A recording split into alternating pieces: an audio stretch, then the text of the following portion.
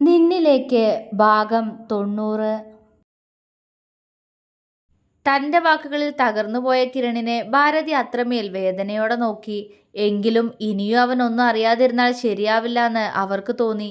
അമ്മയെ അയാളുടെ ആളുകളാ മോനെ കൊല്ലാൻ നോക്കിയത്, അല്ലാതെ ശിവയല്ല. അയാള് നിന്നെ അങ്ങനെ പറഞ്ഞ് തെറ്റിദ്ധരിപ്പിക്കുകയായിരുന്നു. എല്ലാത്തിനും പിന്നില് അയാളാ, ഭാരതി പറഞ്ഞു. അവൻ വേദനയോടെ ഭാരതിയെ നോക്കി. പിന്നെ നീ പറഞ്ഞില്ലടാ എന്റെ ഐശുവിനെ ഞാൻ റേപ്പ് ചെയ്യാൻ ശ്രമിച്ചുന്ന്.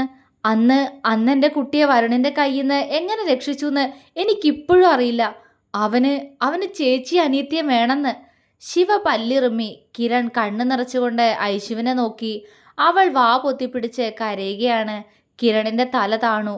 പക്ഷെ ശിവയുടെ നോട്ടം ആ സമയം ഭാരതിയുടെ അടുത്ത് നിൽക്കുന്ന ആ 2 പേരിലായിരുന്നു. അതിലൊരാൾ മിഥുവിന്റെ അച്ഛൻ ദിനകരനായിരുന്നു. മറ്റേയാൾ സാഗറും. ഒരച്ഛന്റെ സങ്കടം മുഴുവൻ സാഗറിന്റെ കണ്ണിൽ നിന്നും ഒഴുകുന്നുണ്ട്. അത് കാണാൻ കഴിയാതെ ശിവ ജനലിലൂടെ പുറത്തേക്ക് നോക്കി നിന്നു. ആ സമയം അവന്റെ മനസ്സിൽ അല്പനേരം മുൻപ് ടെക്സ്റ്റൈൽസിൽ വെച്ച് ദിനകരനോട് പറഞ്ഞ വാക്കുകളായിരുന്നു. ശിവ, ഞാനും വരാം. എൻ്റെ മക്കളെ കൊണ്ടുപോയവരെ എനിക്കും ഒന്ന് നേരെ കാണണം, ദിനകരൻ ദേഷ്യത്താൽ പറഞ്ഞു. ശിവ അയാളെ അടുത്തേക്ക് വിളിച്ചു. വേണ്ട, അവരെ ഞാൻ കൊണ്ടുവന്നോളാം. അങ്കിൾ എനിക്ക് ഒരു ഉപകാരം മാത്രം ചെയ്തു തന്നാൽ മതി. അയാൾ എന്താ എന്ന പോലെ ശിവയെ നോക്കി. അങ്കിൾ എല്ലാവരെയും വീട്ടിൽ സേഫായി എത്തിക്കണം. എന്നിട്ട് പപ്പയും കൂട്ടി കിരണിന്റെ വീട് വരെ ഒന്ന് പോണം, അവൻ പറഞ്ഞു. അവിടേക്കോ? അയാൾ സംശയത്തോടെ ചോദിച്ചു. അതെ, അവിടെ പോയി കിരണിന്റെ അമ്മയെ കൂട്ടി മിത്രയും മിതു ഐശു ഉള്ളിടത്തേക്ക് കൊണ്ടുവരണം. അതും പറഞ്ഞ് ശിവ ടെക്സ്റ്റൈൽസിൽ വെച്ച് ആ ഗുണ്ട പറഞ്ഞു കൊടുത്ത സ്ഥലം ദിനകരനോട് പറഞ്ഞു. എല്ലാം കേട്ട് കഴിഞ്ഞതും അയാൾ സമ്മതഭാവത്തിൽ മൂളി. ശിവ പെട്ടെന്ന് പുറത്തേക്ക് ഇറങ്ങിപ്പോയി. ദിനകരൻ മറ്റുള്ളവർക്ക് നേരെ തിരിഞ്ഞു. എല്ലാവരും എൻ്റെ കൂടെ വരൂ. നിങ്ങളുടെ സേഫ്റ്റി എന്നെ ഏൽപ്പിച്ചിട്ടാ ശിവ പോയത്, ഗൗരവം നിറഞ്ഞ സ്വരത്തിൽ അതും പറഞ്ഞ് ദിനകരൻ ടെക്സ്റ്റൈൽസിൽ നിന്നും പുറത്തേക്ക് നടന്നു. ശിവ ഒന്ന് നിശ്വസിച്ചു. കാശി വിളിച്ചു പറഞ്ഞപ്പോഴാ മിതു ഐശുവും ഇവിടെയാണെന്ന് അറിഞ്ഞത്. അജുവും വിഷയും ശ്രദ്ധിക്കുന്ന കണ്ടിട്ടും മെസ്സേജ് അയച്ചത് അങ്കിളിനായിരുന്നു, ഈ ലൊക്കേഷൻ പറഞ്ഞു കൊടുക്കാൻ. ശിവ പതിയെ കിരണിനെ തിരിഞ്ഞു നോക്കി. ആകെ തകർന്നതുപോലെ തലയ്ക്ക് കൈകൊടുത്തിരിക്കുന്നവനെ കണ്ട് ശിവയ്ക്ക് പാവം തോന്നി. പാവം, ആ വാസുദേവന്റെ ചതി അറിയാതെ അയാൾക്കൊപ്പം നിന്ന് ഒരു വിഡ്ഢിയായവൻ. അവരിൽ നിന്ന് ഒരു നെടുവീർപ്പ് ഉയർന്നു. അവന്റെ ജീവൻ മാത്രമേ ഭാരതിയമ്മ എന്നോട് ആവശ്യപ്പെട്ടിട്ടുള്ളൂ, അത് കൊടുത്തു. പക്ഷേ അയാൾ എനിക്ക് വേണം, ശിവ മനസ്സിൽ പറഞ്ഞു. കാശി, ശിവ പെട്ടെന്ന് വിളിച്ചു. അവൻ എന്താ എന്ന പോലെ ശിവയെ നോക്കി. എടാ എൻ്റെ ശ്രീ, വാ, അവളെ രക്ഷിക്കണം. അതും പറഞ്ഞ് ശിവ പെട്ടെന്ന് പുറത്തേക്ക് നടന്നു. കിരൺ ശിവയെ സംശയത്തോടെ നോക്കി. എടാ മിത്രയോ, അവളെവിടെയാപ്പോ? മിതു ചോദിച്ചു. കിരണിൻ്റെ ആളുകൾ തട്ടിക്കൊണ്ടുപോയി, ശിവ പറഞ്ഞു. കിരൺ ഞെട്ടി. എൻ്റെ ആളുകളോ? അവൻ ചോദിച്ചു. നിന്റെ ആളുകളോട് നീ അവളെ കൊല്ലാൻ ഏൽപ്പിച്ചു. പക്ഷേ അതേ ആളുകളെ വെച്ച് തന്നെ എൻ്റെ മിത്രയെ അയാൾ കൊണ്ടുപോയി. ശിവയുടെ കടപ്പല്ല് മുറുകി. ആര്? കിരൺ ചോദിച്ചു. നിന്റെ അച്ഛൻ, ശിവ പറഞ്ഞു. ഭാരതിയും കിരണും ഞെട്ടി. ശിവ മുന്നോട്ട് നടന്നു. ഞാനും വരുന്നു, കിരൺ പെട്ടെന്ന് പറഞ്ഞു. ശിവ അവനെ തിരിഞ്ഞു നോക്കി. എന്തിന്? ഇനിയും എന്നോട് പകരം വീട്ടാനാണോ? ശിവ ചോദിച്ചു. അല്ല, എനിക്ക് അയാളെ കാണണം. എൻ്റെ അമ്മയെ ഇങ്ങനെ ആക്കിയത്, എൻ്റെ ജീവിതം പോലും ഇന്ന് ഇങ്ങനെ ആക്കിയത് എന്തിനാന്ന് എനിക്ക് അയാളോട് ചോദിക്കണം, കിരൺ ദേഷ്യത്തോടെ പറഞ്ഞു. നീ അങ്ങോട്ട് വരാതിരിക്കുന്നതാ നല്ലത് കിരൺ. അല്ലെങ്കിൽ സ്വന്തം അച്ഛൻ്റെ ജീവൻ കൺമുന്നിൽ കടന്ന് പെടയുന്നത് നീ കാണേണ്ടി വരും. ഇനി അവന് മാപ്പില്ല. ശിവ തീർത്തിരിക്കും അവന്. ശിവ മുരണ്ടു. ആയിക്കോട്ടെ, അയാളിനി ജീവിക്കണ്ട. എനിക്കും എൻ്റെ അമ്മയ്ക്കും അയാളെ വേണ്ട. ശിവയ്ക്ക് എന്ത് വേണമെങ്കിലും ചെയ്യാം. പക്ഷേ അയാളോട് എനിക്ക് ചോദിക്കാനുണ്ട് ചിലത്. അതിനയാൾ മറുപടി തന്നേ മതിയാവൂ, കിരൺ കനത്ത സ്വരത്തിൽ പറഞ്ഞു. വാ. ശിവ അതും പറഞ്ഞുകൊണ്ട് പുറത്തേക്ക് പോയി. പിറകെ തന്നെ ബാക്കിയുള്ളവരും. മിത്രയുടെ കയ്യിലെ കത്തി കണ്ട് ഭയം തോന്നിയെങ്കിലും ആ ഭയം പുറമേ കാണിക്കാതെ വാസുദേവൻ അവളെ നോക്കി വല്ലാത്ത ഭാവത്തിൽ ചിരിച്ചു. ആഹാ, മോളപ്പോ കത്തി കൊണ്ടൊക്കെയാണല്ലേ നടപ്പ്? അതേതായാലും നന്നായി. അങ്കിളിന് എപ്പോഴും വേട്ടയാടി പിടിച്ച് തിന്നാനാ ഇഷ്ടം. അത് മോൾക്കറിയില്ലെങ്കിലും മോളുടെ ഭർത്താവിന് നന്നായിട്ട് അറിയാം, അയാൾ പുച്ഛത്തോടെ പറഞ്ഞു. നീ ഇന്നോളം കണ്ടിട്ടുള്ള പെണ്ണുങ്ങളുടെ കൂട്ടത്തില് ശ്രീമിത്രയെ പെടുത്തരുത് വാസുദേവ. ശിവദത്തന്റെ പെണ്ണാ ഞാൻ. നിനക്കെന്റെ ദത്തേട്ടൻ തന്ന സമ്മാനങ്ങളെല്ലാം ഇപ്പോഴും നിന്റെ ശരീരത്തിൽ തന്നെ ഉണ്ടെന്ന് എനിക്കറിയാം. അതുകൊണ്ട് വെറുതെ ഈ പ്രായത്തിൽ ബാക്കി എൻ്റെ കയ്യിൽ നിന്ന് കൂടെ വാങ്ങിക്കണോടാ കളവാ, അവൾ പുച്ഛത്തോടെ ചോദിച്ചു. ഒരു വേള ശിവ തന്ന വേദനയിൽ അയാളുടെ കൈകൾ അയാളുടെ വയറും കടന്ന് താഴേക്ക് പതിച്ചു. അത് കണ്ട മിത്ര ചിരിച്ചു. അതല്ലെങ്കിലും എന്റെ ദത്തേട്ടന് ആർക്കെങ്കിലും എന്തെങ്കിലും കൊടുത്താൽ പിന്നെ അവരൊന്നും ഒരു കാലത്തും അത് മറക്കില്ല. ആ മനുഷ്യൻ ആ കാര്യത്തിൽ സൂപ്പറാ. എന്തിനേറെ എൻ്റെ സ്വന്തം ചെറിയച്ചന്മാരെ പോലും തീർത്തത് അങ്ങേരല്ലേ, അവൾ ചിരിയോടെ പറഞ്ഞു. വാസുദേവൻ ഞെട്ടലോടെ അവളെ നോക്കി.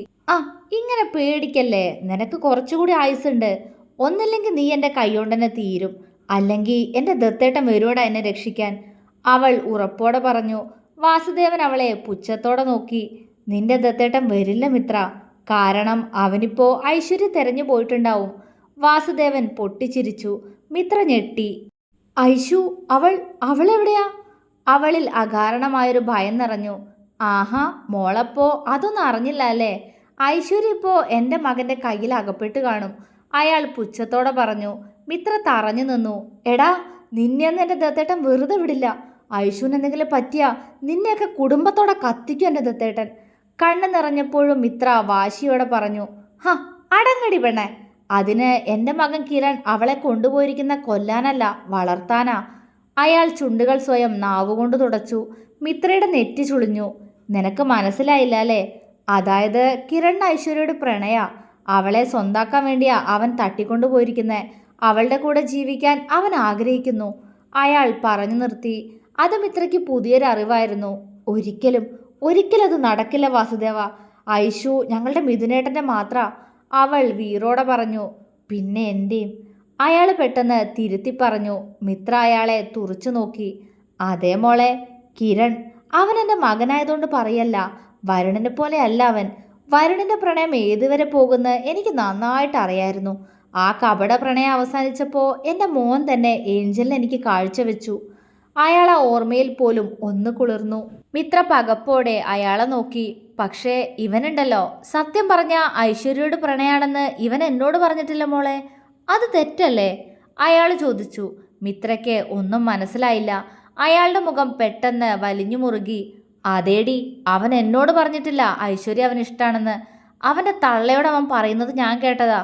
എന്നോട് പറഞ്ഞത് ആ കുടുംബത്തെ മൊത്തം അവൻ ഇല്ലാതാക്കുന്ന. പക്ഷേ അതിനിടയിൽ ഇങ്ങനൊരു ചതി ഞാൻ പ്രതീക്ഷിച്ചില്ല. അവൻ എന്നെ ചതിച്ചു. വാസുദേവൻ പല്ല് കടിച്ചു. മിത്ര അയാളെ ഉള്ളിൽ നിറഞ്ഞ പേടിയോടെ നോക്കി. പെട്ടെന്ന് അയാളുടെ കണ്ണുകൾ തിളങ്ങി.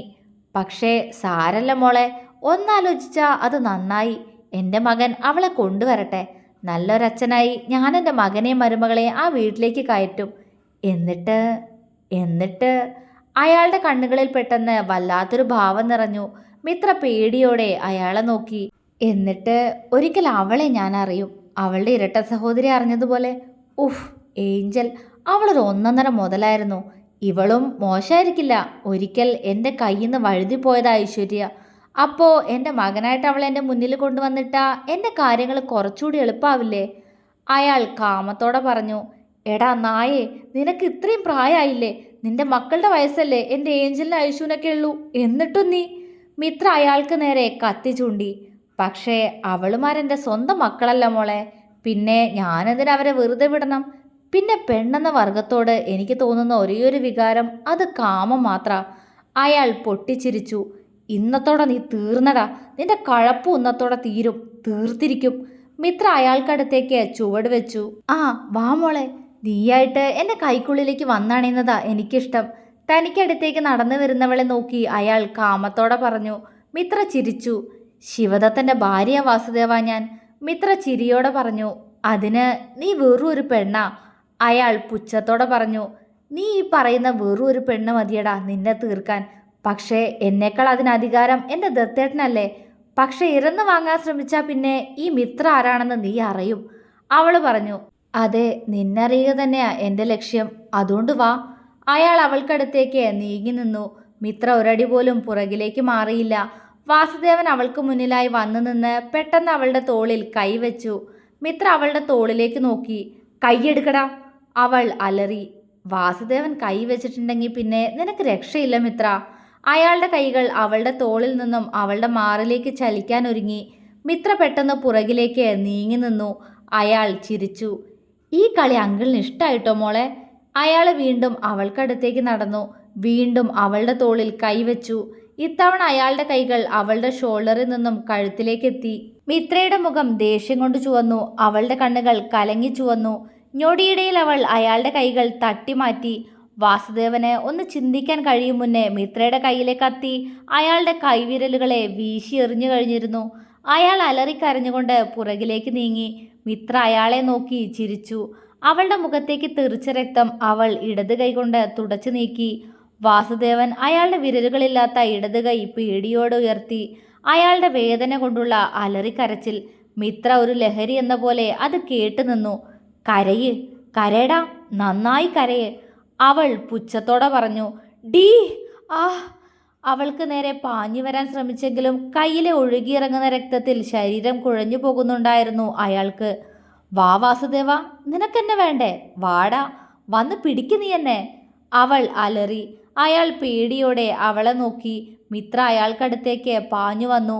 കയ്യിലെ കത്തി അവൾ നിലത്തേക്ക് ഊക്കോടെ വലിച്ചെറിഞ്ഞു. ഇതുപോരാ, ഇതിലും കൂടുതലായി നിനക്ക് തരാനാ ഞാൻ ആഗ്രഹിക്കുന്നത്, പകയോടെ പറഞ്ഞുകൊണ്ടവൾ ഒരു ഭ്രാന്തിയെപ്പോലെ ആ റൂമിലാകെ എന്തോ തിരഞ്ഞു. ഒടുവിൽ എന്തോ കണ്ടതുപോലെ അവളുടെ കണ്ണുകൾ തിളങ്ങി. മിത്ര പെട്ടെന്ന് വാസുദേവനെ മറികടന്ന് വാതിലിന്റെ അടുത്തേക്ക് ഓടി. അയാൾ പേടിയോടെ അവളെ നോക്കുമ്പോഴേക്കും മിത്ര നിലത്ത് കിടന്നിരുന്ന വലിയൊരു വാൾ വലിച്ചെടുത്തു കഴിഞ്ഞിരുന്നു. വാസുദേവൻ ഞെട്ടി. വാടാ, എന്നെ തൊട്, മിത്ര അലറി. ഗുണ്ടകളെ പുറത്തേക്ക് പറഞ്ഞുവിടാൻ തോന്നിയ നിമിഷത്തെ വാസുദേവൻ ശപിച്ചു. വേണ്ട, എന്നെ ഒന്നും ചെയ്യരുത്, അയാൾ പേടിയോടെ പറഞ്ഞു. ഒപ്പം കയ്യിലെ സഹിക്കാൻ കഴിയാത്ത വേദന. മിത്ര ചിരിച്ചു. ഇതുപോലെ ആവില്ലേ എൻ്റെ ഏഞ്ചൽ നിന്നോട് പറഞ്ഞിട്ടുണ്ടാവുക?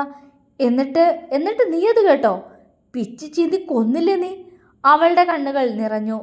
വേണ്ട വേണ്ട മോളെ, നിന്നെ ഞാൻ വെറുതെ വിടാം, അയാൾ പേടിയോടെ പറഞ്ഞു. മിത്ര പൊട്ടിച്ചിരിച്ചു. നീ വിട്ടില്ലെങ്കിൽ ഞാൻ പോവില്ലേ? ഉറപ്പായിട്ടും പോവും, കാരണം എനിക്കറിയാം എൻ്റെ ദത്തേട്ടൻ വരും എന്നെ കൊണ്ടുപോവാൻ. അവൾ അയാൾക്കടുത്തേക്ക് വന്നു നിന്നു. എന്നൊന്നും ചെയ്യല്ലേ, അയാൾ കരഞ്ഞുപോയി. മിത്ര അയാൾക്ക് നേരെ വാളോങ്ങി. മരണഭയത്താൽ അയാൾ വലത് കൈ ഉയർത്തി ആ വാളിൽ പിടിച്ചു വെച്ചു. മിത്ര കാലുയർത്തി അയാളുടെ നെഞ്ചിലേക്ക് ആഞ്ഞു ചവിട്ടി. അയാൾ പുറകിലേക്ക് വീഴാനായി മലർന്നുപോയി. പക്ഷെ അയാൾ വീഴും മുന്നേ മിത്രയുടെ മുഖത്തേക്ക് അയാളുടെ രക്തം ചീറ്റിയിരുന്നു. ഒപ്പം വാസുദേവന്റെ അലറിക്കരച്ചിൽ. മിത്ര കിതച്ചുകൊണ്ട് ചിരിച്ചു. അവളുടെ കണ്ണുകൾ അവളുടെ കയ്യിലെ വാളിന്റെ മൂർച്ചയാൽ തെറിച്ചു വീണ അയാളുടെ പാതി പോയ ഇടത് കൈപ്പത്തിയിലേക്ക് പോയി. രക്തത്തിൽ കുളിച്ചുകൊണ്ട് വാസുദേവൻ അലറിക്കരഞ്ഞു. പക്ഷെ ഇന്നോളം ശിവദത്തൻ പോലും കണ്ടിട്ടില്ലാത്ത ഭാവത്തിലും പകയിലും മിത്ര അപ്പോഴും വാസുദേവനെ തുറച്ചു നോക്കുന്നുണ്ടായിരുന്നു. വെറും ഒരു പെണ്ണെന്ന് പറഞ്ഞ് ചിരിച്ച വാസുദേവൻ ഒരു പെണ്ണിന്റെ ശക്തി എന്തെന്ന് അറിഞ്ഞ നിമിഷം ഈ ഭൂമിയിൽ ജീവിക്കുന്ന ഓരോ പെണ്ണിലും കാണേണ്ട ശക്തി അതിന്ന് അവളിലുണ്ട്, ശിവദത്തന്റെ ശ്രീമിത്രയിൽ. തുടരും.